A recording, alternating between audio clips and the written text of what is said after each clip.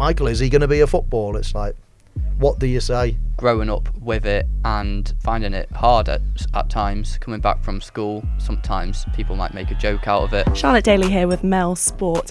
Thank you guys so much for joining me this afternoon. Now, you have a new documentary coming out to raise awareness for Stargardt's disease. Now, James, you were diagnosed with this at around the age of 8. Can you just explain to me a little bit about what it was like finding that news out and what the disease actually is?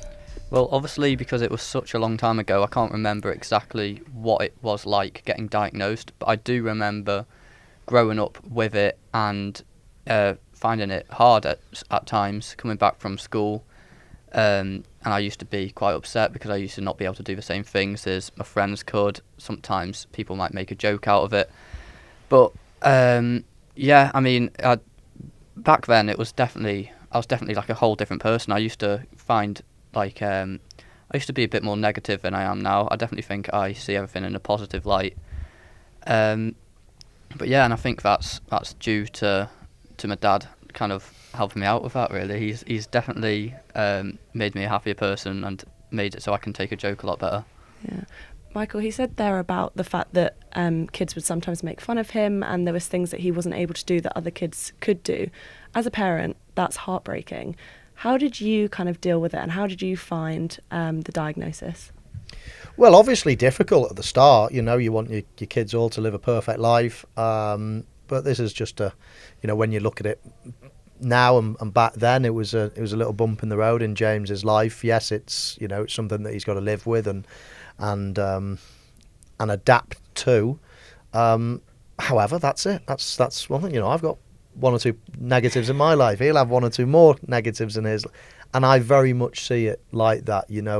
That's not me poo-pooing it at all. Obviously he means more to me than anything, and if I could give him my eyes and do a swap, then I would. But that's the cards that he's been dealt, and there is no point in regurgitating it all over your life and why me and all the rest of it. And he absolutely doesn't.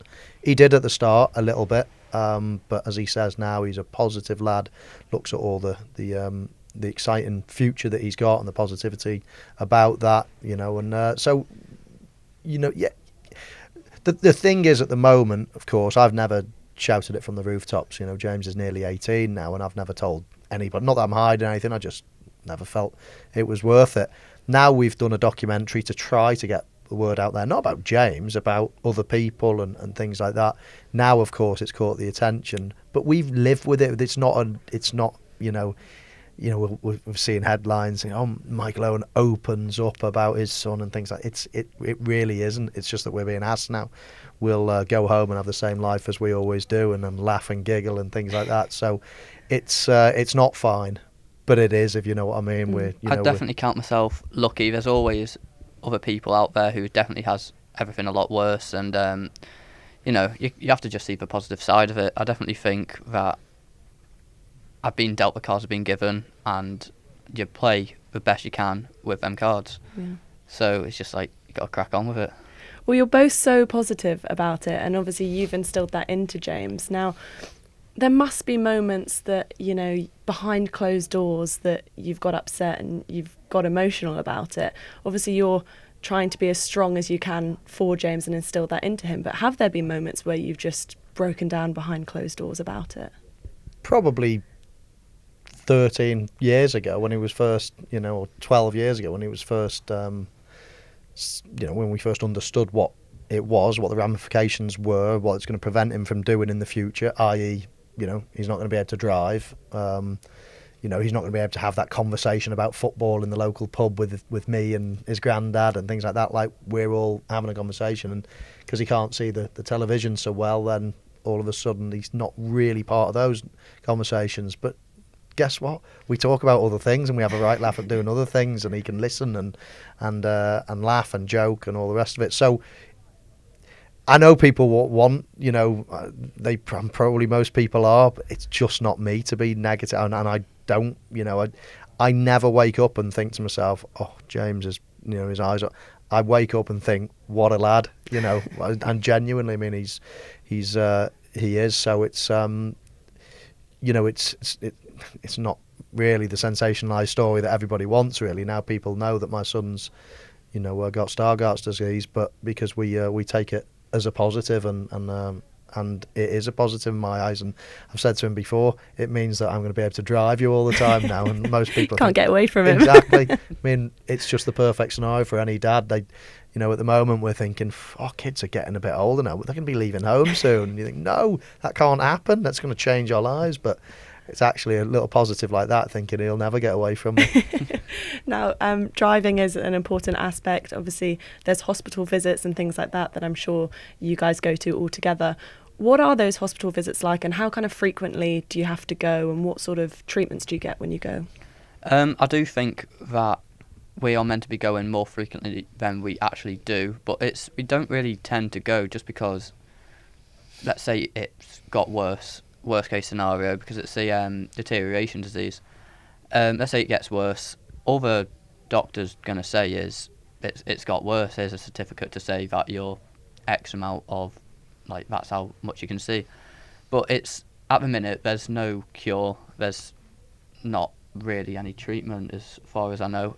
And when it does come out, I definitely think we would probably be like the first on it. Like, we'll definitely be up for any new thing which comes out. But until then, I think it's not really much point bringing it up into light, and it's just, I don't really have it as part of my identity. I kind of just live life, and I've got normal mates. I do normal things. It's just a lot of the time it's not even something I think about, and not something anyone who knows me thinks about, is that I've got an eye condition. When I tell people, not that I do, but if I'd said to people, my son has got Stargardt's disease, they'd have spent like days and days, weeks and weeks, years and years in his company and never even know. Noticed, yeah. However, if me and you were sat here and James is over, 5 yards over there, he wouldn't be able to tell which one is yourself and which one is me, because he can't see that detail. So it's a very, it's a very serious condition he's got, but he,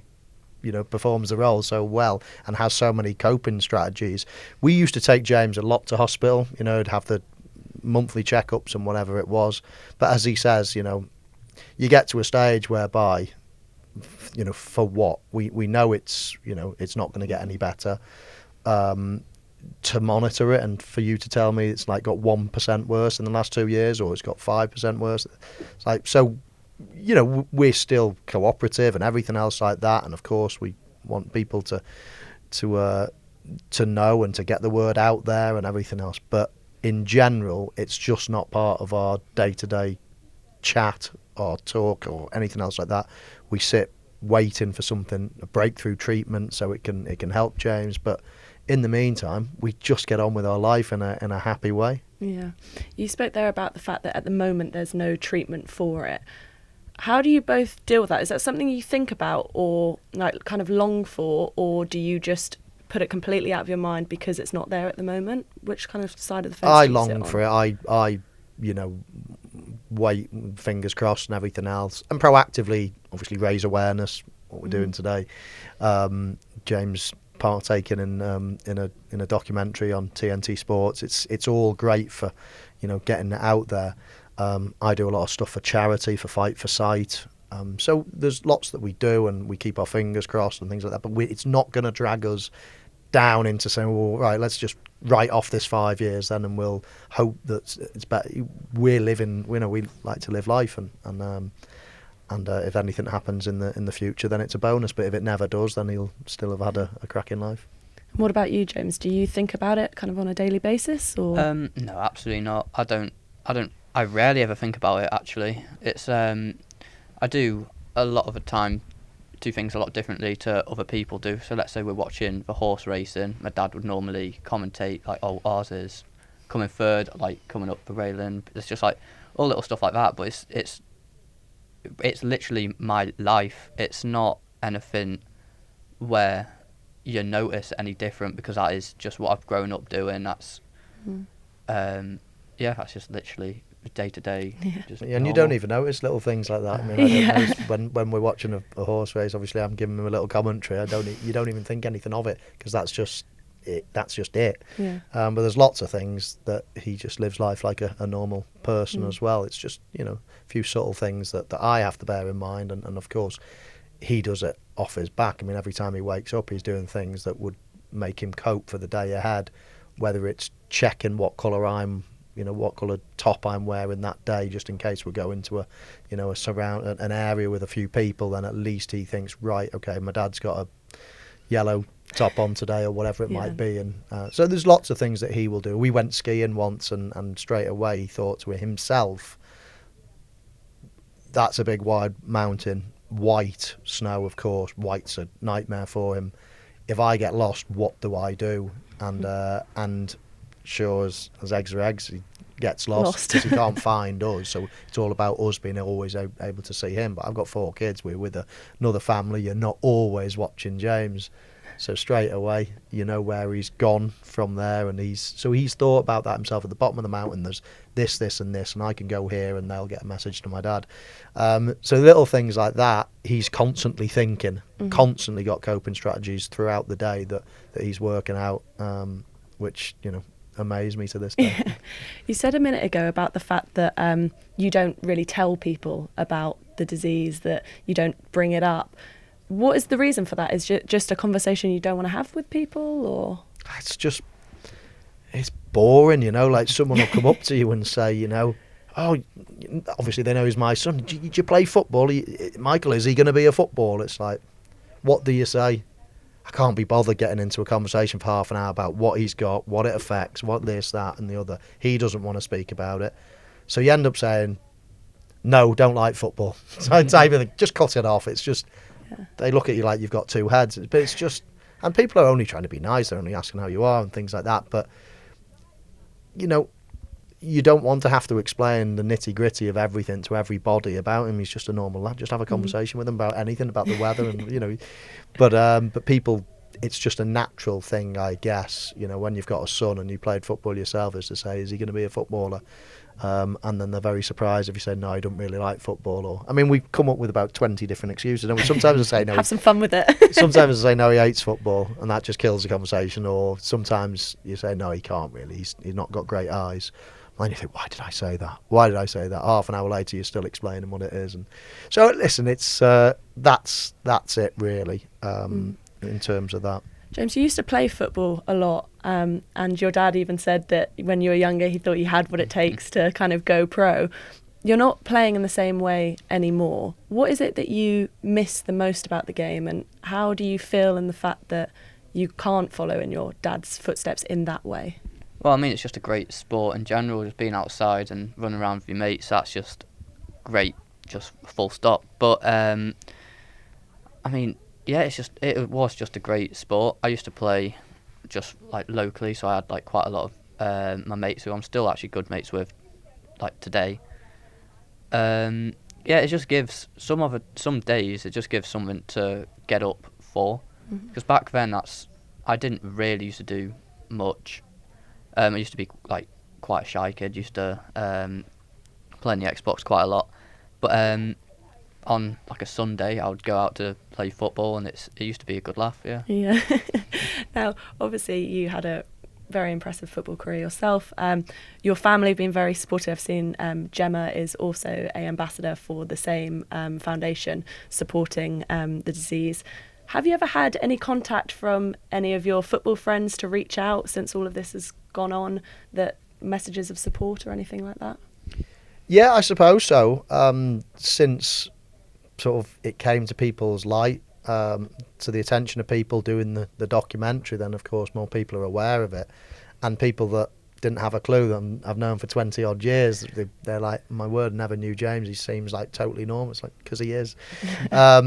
So yeah, lots of people have commented on certain interviews that he's done. Hopefully, some people will watch the documentary and see that and hopefully think highly of James and what he did and all the rest. So yeah, lots of people have commented, and that's been brought to the attention of more people. And as I say, it's not something that we had planned on doing. It's just that we ended up doing a documentary, which is then put our heads above the parapet in a way. It's certainly not something that we hid away from either, though. It's we've never hid away that James has got an eye condition. So it's just sort of crept up on us really in the last few months, and maybe the odd last year or two in doing the documentary.